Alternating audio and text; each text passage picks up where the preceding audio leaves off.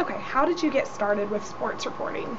Well, I started in high school. We had a television station at my high school that I got some experience in and really found out that I loved covering sports. It was a lot of fun, and I played sports as a kid and in high school some. So it was something that I could mesh my passion for that and into a career, what I wanted to do.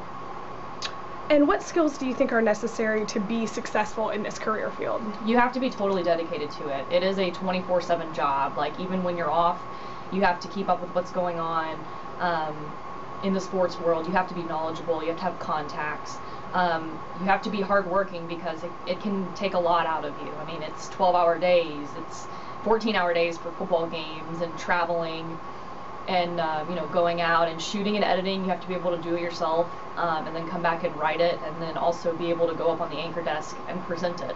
So it takes a lot of work and a lot of skill. Once you do it over and over, though, it becomes a habit, and you get good at it as you continue to do it a lot. But it takes a lot of practice.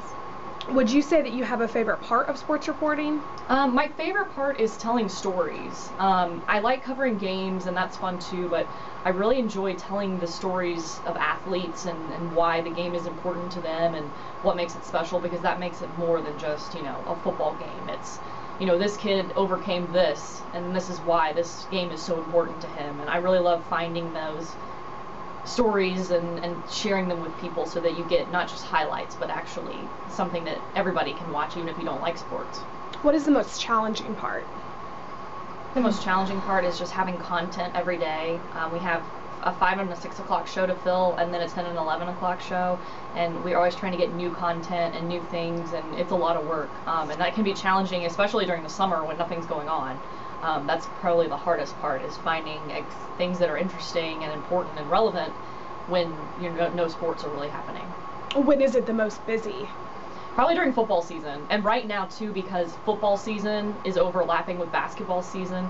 So you have games on the road for football or at home, and then you've got a basketball game too, and you're trying to cover men's and women's and basketball, and then making sure that you keep up with the football team. So that can be really busy and a lot of traveling and a lot of long days. College football is probably my favorite. I like it that the NFL is cool, but there's something about college football that just makes it's more pure, I guess, that the players are playing because they love the game and not because they make a bunch of money doing it. But I mean, obviously they hope to do that in the future, but it's just being loyal to your school and getting to cover that and seeing the ups and downs of a team. What are some other sports that you've covered in the past? Everything. I mean, we have to cover pretty much everything: volleyball, soccer, baseball, softball. Pretty much whatever's going on at that time, we cover it. Okay, and then what was your path to success? Well, I went to UT, and I graduated in May of 2012, and then I had the opportunity to go to the Gannett station in Macon, Georgia. And I spent 15 months there as the main sports anchor. And then our sister station, WBIR, is also owned by Gannett. So when an opportunity came up for me, or a position came open here, they called me, and I got that chance to move up here, which has been wonderful because I've been able to, I still have friends here and family here, so it's been nice to be back. And I used to work for the University of Tennessee, the athletic department, so I still have some contacts there, and it's been really great, and that's really helped me a lot. And what would you say your long-term goal is? Where do you see yourself?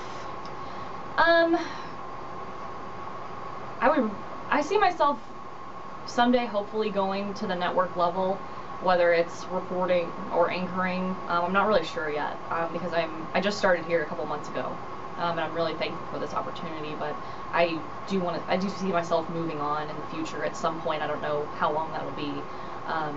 But I feel like you have to continue to have a goal in order to push yourself, and I think that helps me push myself to say, hey, I want to continue to get better every day so that maybe someday down the road I can move on and do something else.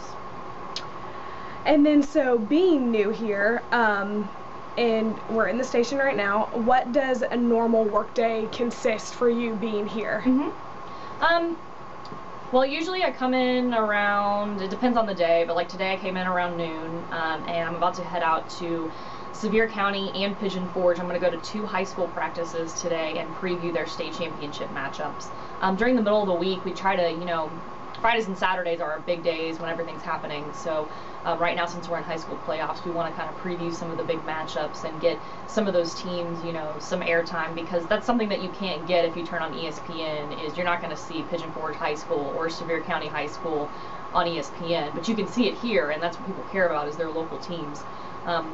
So I'll do that and come back and cut those for the show. Our sports director, Nick Carboni, he'll anchor 5 and 6, so he has to we have 3 minutes at each show to fill, and we like them to be different.